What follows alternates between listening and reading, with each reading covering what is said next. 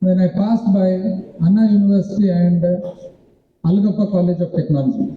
My grandfather did his BSc honors in mathematics from Anna University. My father himself did his engineering from Andhra College of Technology.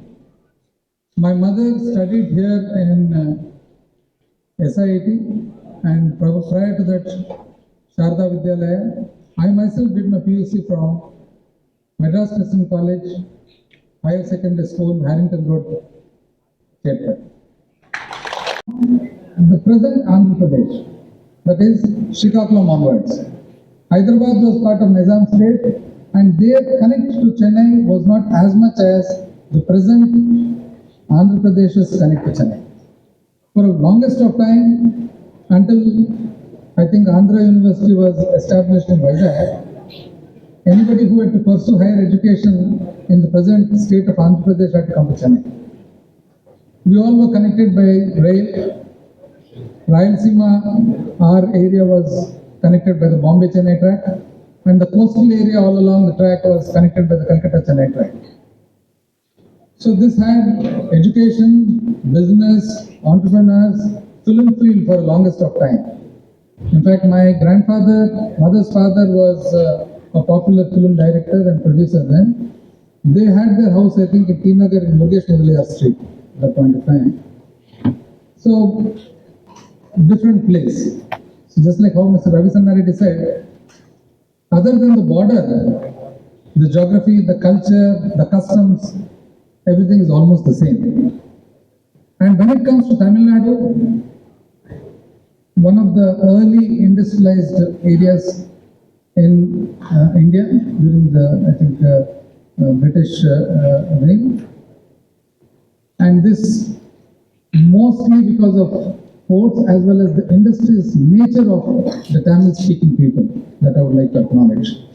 So the traditional sectors such as automobile, textiles, chemicals, petrochemicals, engineering, and Tamil Nadu also has a strong maritime infrastructure, renewable energy, social infrastructure, and now modern IT, global capability centers, data centers, emerging technologies, defense, electric vehicles. All this is now an integral part of Tamil Nadu that has made this into one of the most industrious and forward looking states in India. But then, historically, if you look at business, commerce, industry, man always was adventurous and looking at opportunities. So that is the reason that the Europeans started colonizing, and then the Europeans went again to the west towards America looking for opportunities. And then certain areas, mostly by virtue of the natural advantages that are there. Now, Europeans always wanted to come and discover India. By mistake, they discovered America. But then, what part of America actually became industrious is only a part that has a natural advantage in it. So it is not that people went looking to do business or commerce in some place like Sahara Desert. It is only in a place where naturally there is an advantage. Places like Calcutta, Chennai, Mumbai, a century ago, and then subsequently newer cities, even if they had older histories, Hyderabad, Bangalore, in specific areas mostly. These all developed into areas of commerce industry. But then, if you look at the curve, it always is that the local advantages that are there, they go up the sine curve and plateau at some point of time. The reason for the plateau happening is not that the market has lessened, or not that the raw material has lessened, or not that any other factor actually has influenced to that extent. It is mostly that the place has become so big, commuting, and then certain communications and requirements for somebody to do industry, all this become a little difficult after a certain point of time. Now you look at Bangalore, the way Bangalore has grown in the last 2 decades, mainly because of the IT and the newer biotechnology, etc. But then you want to commute in Bangalore, it takes hours and hours to go to any point to point. Similarly in Chennai, when I was doing my schooling, we used to have this lovely small street corner restaurant by name Nagas, Mungamakam High Road, that corner where we go to Loyola College. So it was like from Anna flyover to Harrington Road, a lot of times we used to walk. Now, the amount of time it takes to commute from Anna flyover to anywhere is just humongous. So these are all the disadvantages of a place that has grown beyond a certain point. So then comes, what does somebody in manufacturing or industry want? It is quite natural that they would want a place that has all the facilities to do business, to do industry. And some of them are raw material, market, logistics, power, water, and also a safe and secure and sound and stable political environment and atmosphere. There are various other factors that normally come, the newer ones like, the supply chain, the IT part of the contribution to the industry, etc. But again, fundamentally, it is again these things that come to manufacturing industry. And now recently, the workforce in the higher and higher technology businesses that are there. So now, where is Chennai located? And where is the Andhra border located? What is the geography? What is the culture? What is the connect? It is almost like outskirts of Chennai is Andhra Pradesh, just like outskirts of Bangalore is Andhra Pradesh. Here in Andhra Pradesh, we have a huge land bank. Our secretaries explained to you in detail. The only state with 3 industrial corridors, the Vizag Chennai, the Bangalore Chennai, and the Hyderabad Bangalore. We have close to about 50,000 acres of land in the form of industrial estates where world-class infrastructure is available and is being made available. So these are all mostly in sync with NIGRID. Therefore, there is a certain specification and quality about all the infrastructure that is there. 50,000 acres is not a joke, and 50,000 acres in the form of a hinterland that is very well connected to ports.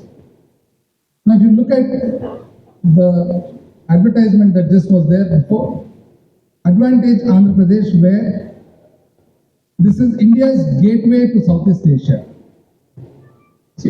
Now, in Tamil Nadu, we have ports too. We have the big Madras port, Chennai port, we have Ennur port, we have Thoothukudi port, etc.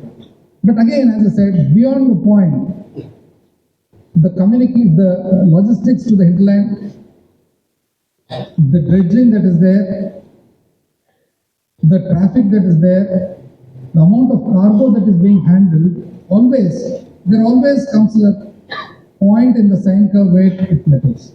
Now, there, just a few kilometers away, not thousands of kilometers, just a few kilometers away, you have a whole big set of ports again, all along the Andhra coast, which was just explained to you in detail, starting with Krishnapatnam, all the way up to Visakhapatnam. And new ports also being developed right now.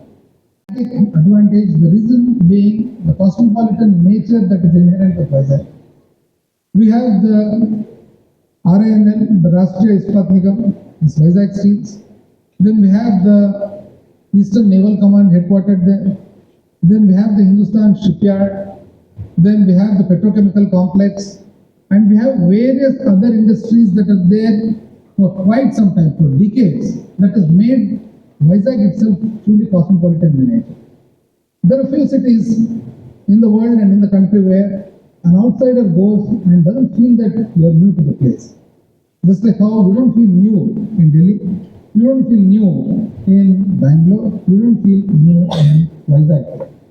Because Vizag itself is a city that is inhabited not by the original Vizagites, but people from all over the state and all over the country. So there is a huge potential for the IT industry, for the various new generation service industries, where The youngsters of today would want a good social life, would want good social infrastructure. So, Vizag is a very beautiful destination for anybody who want to do business of that nature. Again, amongst the biggest in the country, we already have about 9 gigawatts of renewable power and a scope for 38 gigawatts in solar and 44 gigawatts in wind.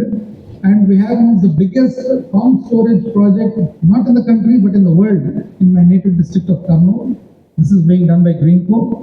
And textiles and apparels again was one sector which traditionally has been very strong because not only the cotton, silk, etc., it's also the handlooms as well as the newer generation textiles, which again was explained in detail by our secretary. Tourism and hospitality, abundant scope for tourism and hospitality. And the state of Andhra Pradesh, 8th largest in the country with a 70% population of working age. 70% of the population of working age, and where skilling is being done in a very focused way to suit and meet the requirement of the industry. We have about 176 skill hubs, one for every constituency that has been established. And this skill hub is basically going to make the labor just about perfect for manufacturing industry. And we have a cascading system where right on top of the skill hub in a pyramid, the bottom is the skill hub with 176 institutes. On top of that is the skill college where we have specific skilling of a higher order, again done to meet the requirement of the industry. For example, in Visakhapatnam, we have a center of excellence in marine and shipping because shipbuilding and ship maintenance is one of the niche areas that Andhra Pradesh can proudly boast of. And then in Anakapalli, we have close to Vizag, we have a center of excellence in MSME and industrial automation. And then in Nellore, we have an Indian Institute of Tourism and Travel. This again is a center of excellence. In Kurnool, we have a health understanding with Apollo MedSkills. Tirupati and Sri City, we have electronic sector center of excellence with the support and participation of the founder Shri Rajendranath. This meet today. I thank everybody and invite you all to the summit, Global Investor Summit on 3rd and 4th of March in Vizag, a wonderful city. There, companies can learn about Andhra Pradesh, the advantages and witness the progress being made, engage with us and discuss in potential opportunities. And on behalf of the Honourable Chief Minister of our state, I invite everybody and look forward to hosting you all and also look forward to a beautiful partnership with all the industrialists, all the businessmen, everybody who are from Tamil Nadu and who are part of Tamil Nadu and who all are looking for good opportunities. Thank you.